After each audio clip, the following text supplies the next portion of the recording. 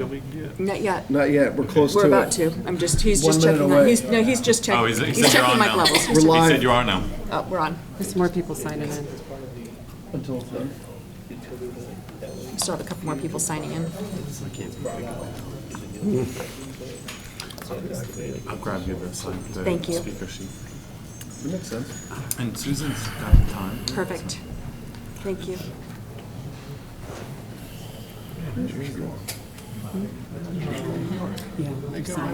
Oh, this is the. Well, that's part of the management. This is the. Yeah, that's what. That's where you're in the wrong section. I'm in the wrong section. And then all this is the. Okay.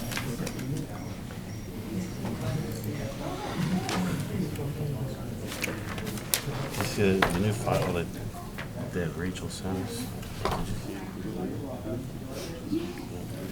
We're just waiting for a couple more to sign in real quick. Sorry. I liked the camera over there last week. That was so fun. Like what? The camera over there. It was like a. Except for the notices went out. I was a fan. So no, I'm all right. Thank you. I have some. Thank you for asking. Number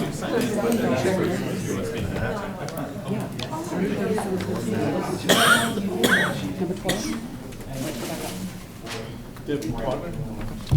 I have very simple questions. Debbie? Very simple questions. That's what I sent it to. Except for that, there's a notice went out. Except for then CCMC can pick up the footnote dollar. 137, right? It's almost $1,000.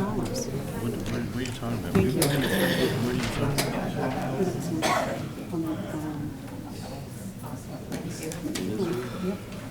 Thank you, Steve. Thank you, sir. Thank you very much for coming this evening. Just a quick reminder that every owner is welcome to have 3 minutes. It looks like there's several people that want to speak. We're going to keep it to a strict 3-minute time. We actually have a timer and everything. And remember, this is your opportunity if you wish to speak. This is your opportunity to do that. The board typically does not engage in the questions and responses, but it is absolutely your opportunity to speak as you wish. So at this moment in time, I've got a couple people that have signed up to speak. If you haven't and you still want to, there's plenty of time. PJ? Good evening, PJ Cartwright, 1000 Via Capri Lane, 102.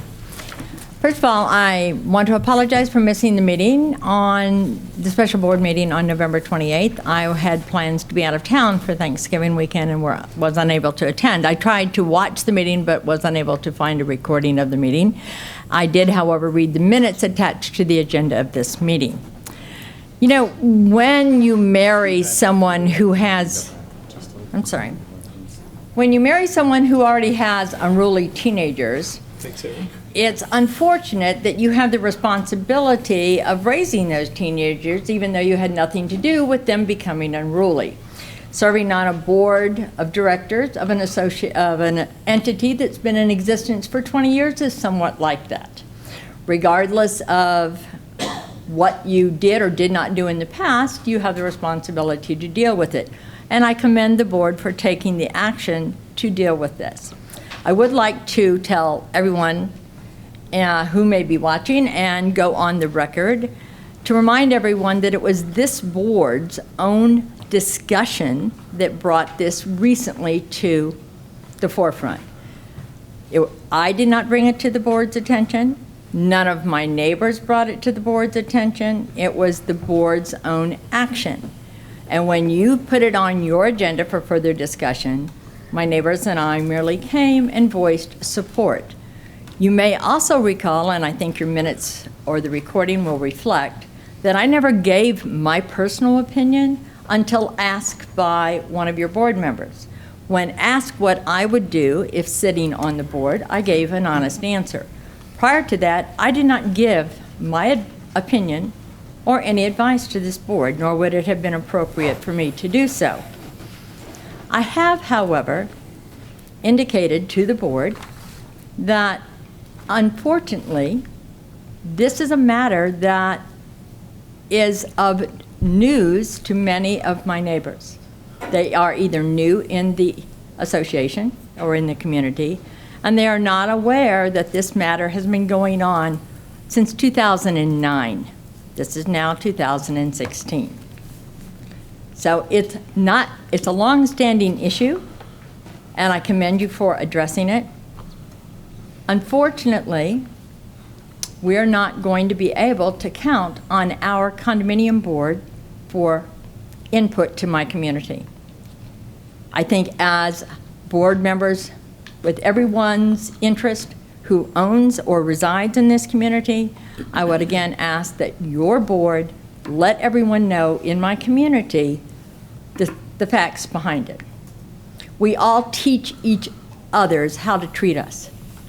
And I've heard several board members say, why are we having problems with condominiums? It's because it's like telling a teenager, go clean up your room and then not doing it. Go clean up your room and not enforcing it. Eventually the teenagers will grow up and move out. This is not the case with other associations. Thank you for your time and Merry Christmas. Thanks, PJ.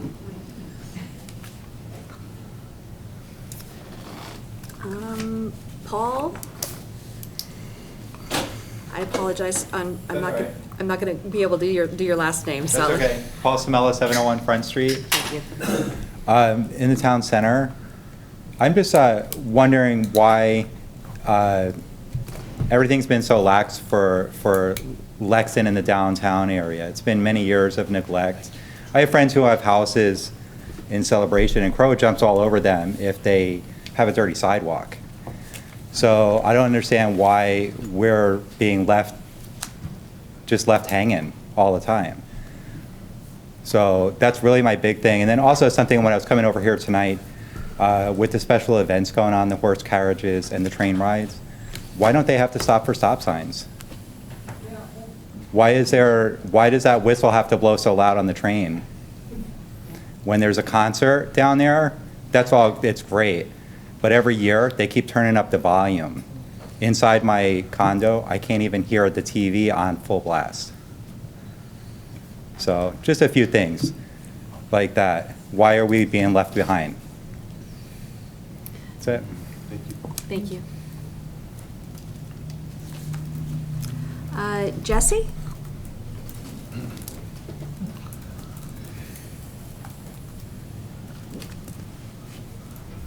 Jesse Opalka. I live at 603 Market Street, Thank you. Unit 230. I just want to tag on the end of Paul's discussion about the damage and the issues that we're having on like Market Street. I'm sorry, on Market Street and Front Street, the town center condos. I brought some pictures of the kind of conditions, and we've all seen them. I just wanted to share just for informationally, but this is the building across the street with the tarps that they've, and it's also on Google Earth now and Maps. And my roof has been causing problems. My stucco needs to be replaced. This is my building. Everybody's probably seen it. I have actual holes in the stucco of my building, and water has been pouring in for quite some time. And this is most recently, they covered over the area where you can't see it from the street, but it still leaks tremendously. But like there's huge gaps and holes. I just wanted to share, and it's ruining the inside of my building, so I've had to move out and rent an apartment as well as pay my mortgage. So I just wanted to share like the types of, like hearing about it is one thing, but I think seeing the damage is a little bit more helpful. I can share it afterwards too. But I opened up the wall in the boys' room, and there's actually rot in the corner, so I'm worried about structural issues. It's all wood rot all the way to the stucco, back of the stucco from the inside. So that's what I'm dealing with right now. And that's about it. It's just informational, just to get the information out, because I don't think people understand it, because nothing seems to be happening. So thanks. Thank you. Cookie? Cookie?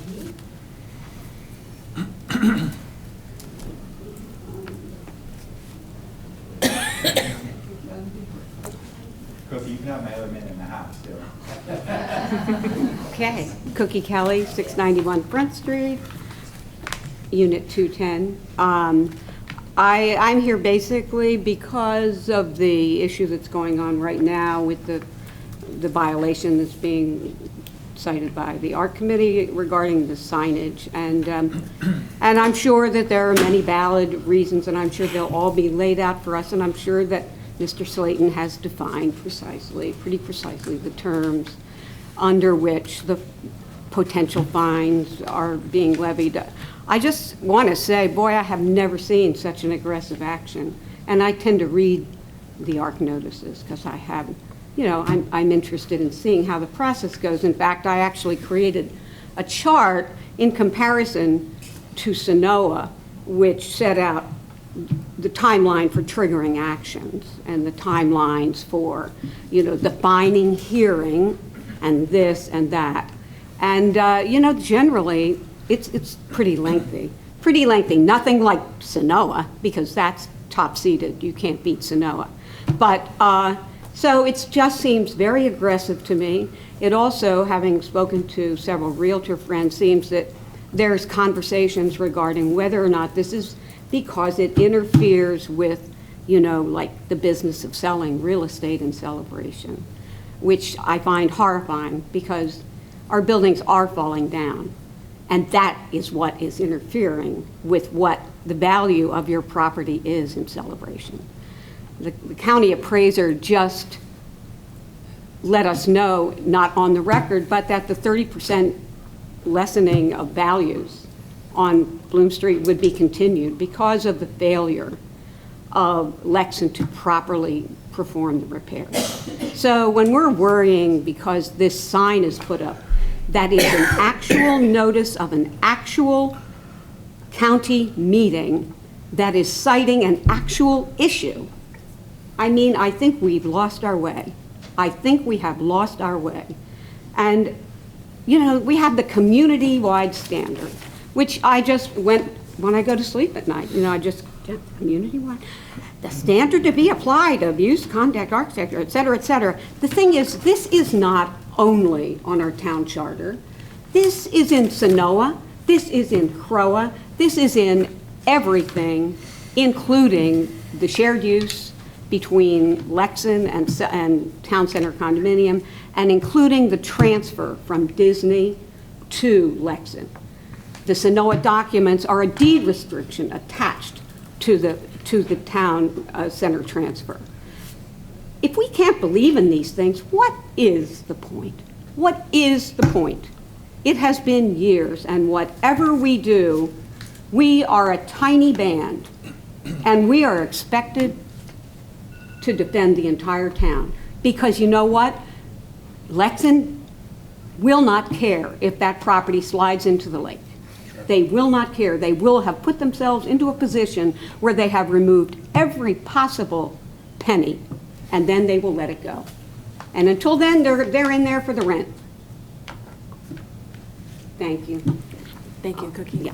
Anyway, thank you very much. I appreciate the work you do.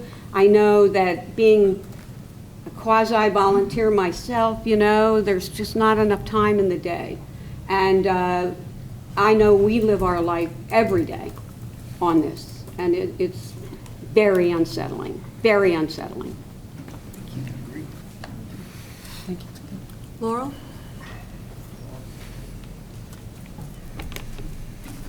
Hi there. Laurel Rousseau, 709 Bloom Street, number 230. And sort of echoing and building on Cookie's situation of maybe losing our way and what everybody is focusing on. And I did take some time, and thank you, Vanessa and Eric, for coming and seeing the building and discussing what things might not be on, Sonoa's list and what can maybe still keep happening. And I continue to find more things, each day. And even if you take Bloom Street out of it, there are many other buildings that, while broadly included obviously in our litigation, have not been started by Lexington, therefore have not had already alterations done that would fall under Sonoa that needs to be addressed. So there's certainly CROA issues on all of our buildings, and I know it seems odd that we're here asking why you're enforcing so swiftly when we're saying please enforce, though we are questioning the sort of equitable nature of what we're now receiving because of a banner versus what others are receiving for other issues. I want to say one other thing, and under the scope of losing our way, as I said, I have spent, I sort of woke up out of the blue remembering when our walkway fell on Bloom Street, and I called 911. Actually, I first called Lexan. Lexan wouldn't respond. So I called 911. The fire department came. The fire inspector came. Randall Mells, I want to point him out because he's phenomenal. And he put the building under fire watch and required the construction company to come and rebuild our walkway because he said our fire rating left us 0 time to get out of the building and 0 time for a firefighter to get into the building. And as I remember, because I've come to learn many things way beyond what is my responsibility, perhaps, or maybe if I wanted to do this job to a lesser degree, I started thinking about what Randall had pointed out, because I try to listen to every expert that comes to my building. And I remember him talking about, I won't be leaving in 30 seconds, but I remember them talking about the holes that were cut into the fact that our entire ceiling had been taken down on the walkway many, many months before, and how that obliterated our fire rating. We had none, right? And on the lower level as well. So on the ground floor and on the second floor, which was part of what, in addition to the PDF board walkway that we had, left us in imminent danger should there be a fire. And I remembered 660 and all of the holes in that ceiling on the ground level and on the walkway level. And I'm thinking, wow, all these professionals that earn lots of money have been on that building. And I'm sitting here losing sleep, waking up in the middle of the night, thinking of that building, is it fire safe? So I call Randall and I bring him out, or I ask him to come out and take a look. He takes a look, he writes up a report, sends it to Fire Marshal McAvoy, who basically says, all of that problem is under the building code. I'm not touching it with a 10-foot pole. I elevate it and try to take it to the fire chief.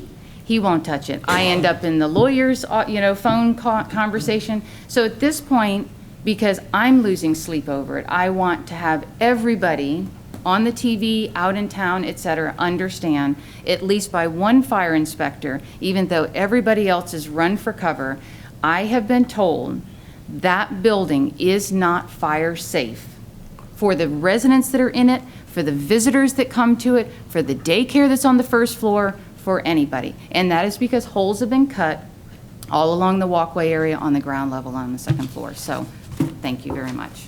Thank you, Laurel. Thank you, Laura. Kevin?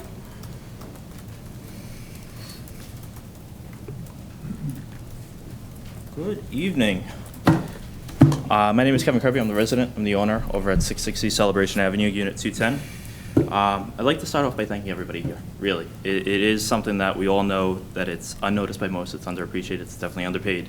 But it's something that I want to make sure everybody understands for tonight, for every time forward, that my interactions are never to be taken personal whatsoever. Even though it's going to be very easy to. Ms. Winter, you might not recall this conversation. On the day that you took your current seat, we had a brief, informal conversation after the meeting regarding Town Center, how CROA intended to address it. You went on to share with me that legal counsel has advised the board to stay at a distance, to stay away, not to get involved. At that time, I didn't understand entirely, but I did respect your position both independently and as a board. As we all know, that the board that sits here today does shape the community for tomorrow. We know that. Fast forward to the most notable recent events, because we really don't have time and I don't have the energy to go ahead and do Town Center 101. So on Monday, I received a notice electronically from CROA. Imagine my excitement. CROA's finally getting involved. After the Osceola County Code Enforcement meeting that occurred the month prior in November, here I'm thinking that CROA cares that perhaps the council's advice that we discussed has said enough is enough. We're here to preserve and protect the value of celebration. I go ahead and I begin reading the CROA letterhead that states it's regarding 660 Celebration Avenue. Now, I know that you probably have seen this letter in the past, at least the format, if not the letter itself. But let me go ahead and just read this off for a second. Dear Kevin Kirby, a common goal of Celebration residents is to maintain the beauty and property values of Celebration. This requires time and hard work that is reflected in the community time and time again. One way to achieve this goal is to ensure that our established covenants and high standards of maintenance are continuously followed. We understand that many times residents are simply unaware that a problem exists, or invariably that one of life's other important obligations has had to come first. That creates a very temporary situation. With this in mind, this letter is a notice to remind you of one or more of the provisions of the community charter noted as a concern during a recent inspection. So I go ahead and I read this, and I say, this is awesome. Here's the part where my confusion begins to sink in. The notice isn't referring to the temporary support columns that have been on the ground in the rear floor of the building since November 2015, which was meant to support yet has notably become closer to the ground. Nor are they referring to the posts that have been added to the front of the building, 63 total posts altogether. You can see in this violation photo, Susanna, who signed the letter on behalf of the Board of Directors of CROA, didn't write this letter about the unpainted plywood covering hole in the underside of the balcony. In fact, there's several. Comments weren't added about the chipping ceiling paint, mismatched colors in the breezeway, lack of sign, painting of the past on time. You know, all these little things, never mind the fact that the building is falling down. Susanna didn't note about the weeds growing up of the rotted corners, the trash bag and the brown paper bag window coverings, unapproved signage, broken lighting, faulty stair rail, the railing on the balcony that is detached from the building, about the sagging support that's coming closer to the ground each day. Not at all. The community standards manager visited the site and wrote a letter which was in reference to 2 vinyl and possibly the only waterproof material in town center, hanging above Unit 110. Tuesday, yesterday comes, and I decide to introduce myself to Susanna, and I apologize for this, but it's very important. I approach her with the utmost respect as I do here today. I explain my position. I explain the same thing that I explained to you earlier. I do not come with personal attacks. We meet for about 15 minutes, maybe a bit more, to discuss the entire situation. I explain what I can about TCCA, Town Center Foundation, Lexington, CROA, Canoa, Osceola County. Susanna politely reiterates that she only represents CROA. So CROA has decided to get involved. Now, CROA, you each have been placed in quite the pickle. To be very honest, you stepped exactly where I wanted you to. Exactly where I wanted you to. You see, you've decided to pick and choose to separate your areas of concern, not only to preserve the value of all property and not for maintaining the beauty of celebration. You decided to get involved for all the wrong reasons. You see, the issues concerning and occurring within Town Center have been mostly masked, considering to most to the common eye. CROA, you decided to look past the blue and green tops that wave over the buildings on Market Street. You decided to ignore the missing stairwells on Campus Street. You most definitely avoided driving yourself or any family or friends past Bloom Street. You've decided to focus on what matters most. 2 banners, 3 feet high, 8 feet wide. One which I found to be quite witty and encouraging a laugh that somebody instantly feels guilty afterwards. Snow isn't the only thing falling in celebration. Have you seen these balconies? That's when I came up with November of last year, over a year ago. I shouldn't feel that way leading up to it, to develop that idea, and then wait a year for no progress to change to still put that up there. Am I proud of this? Do you think that this is what I want to drive home to at night? To go ahead and pull up to my house and see this banner? Those posts, the 63 of them on my building, are not plumbed, some that swing, some that don't even touch the ground. The holes that are cut open by Lexington contractors back in April to confirm that the outer walls are rotted to a point that when they fall apart like mulch when they're touched, that's what I live in. They're covered by a construction-grade version of duct tape, which is now sagging because of all the water intrusion that has come in over the time. The second banner, which I didn't intend to have over that balcony, consists of excerpts from a notice of violation dated 11/28/2016 from Osceola County Code Enforcement. Some of you may be aware of this, however, Ms. Payne, the local representative of Lexington, took it upon herself to remove that public notice from the premise. I have a photo, and I will always provide evidence to anything I ever say. Regardless, the violation from Osceola County goes on to cite that the exterior of a structure shall be maintained in good repair, structurally sound and sanitary as to not pose a threat to the public health, safety, or welfare.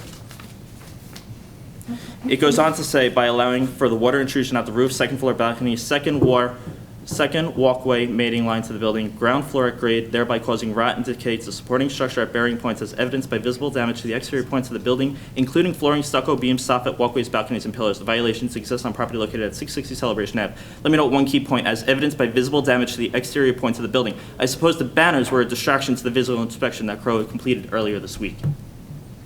Now, I've taken too much time already. I know that. It's horrible to be ignored. So I apologize. We pay $911.40 per unit, all 105 of us. If you believe that Celebration Avenue is a barrier that doesn't allow the termites in those buildings to go to Teal Avenue, you're missing the point. what happens in town center will come out that way. So after receiving that notice this week, I am formally accepting that olive branch that CROA has extended. I look forward to working together. Please correct me if I misinterpreted the correspondence that I received. Thank you. Is there anybody else? That's all I have that is actually signed up. Please go ahead. Robert Frame, 1409 Stickley Avenue, Artisan Park. I sent all of you a 2-page letter, but you all got it. Just so the audience knows what we're talking about, last Friday night we had an incident at the Artisan Clubhouse holiday party where one of our servers, I don't know how Susan wants me to craft this, but one of our servers just started exhibiting erratic behavior and started punching people and just doing a lot of crazy stuff. I'll just leave it like that. The first 911 calls came in at 8:30 p.m. and they continued. We called 911 3 times, and long story short, it took them an hour and a half to come out. Now, Captain Fisher from the Osceola Sheriff's Office called me this afternoon and talked to me for 20 minutes. He said it was 2 hours, but I'll give him the benefit of the doubt. It was an hour and a half. He said it was 2 hours, but whatever. The sergeant on duty that night explained to me that they're really busy. They're going from call to call. In his words, he said, "Mr. Frame, it's like Fallujah out here because it's Friday night and we're hopping."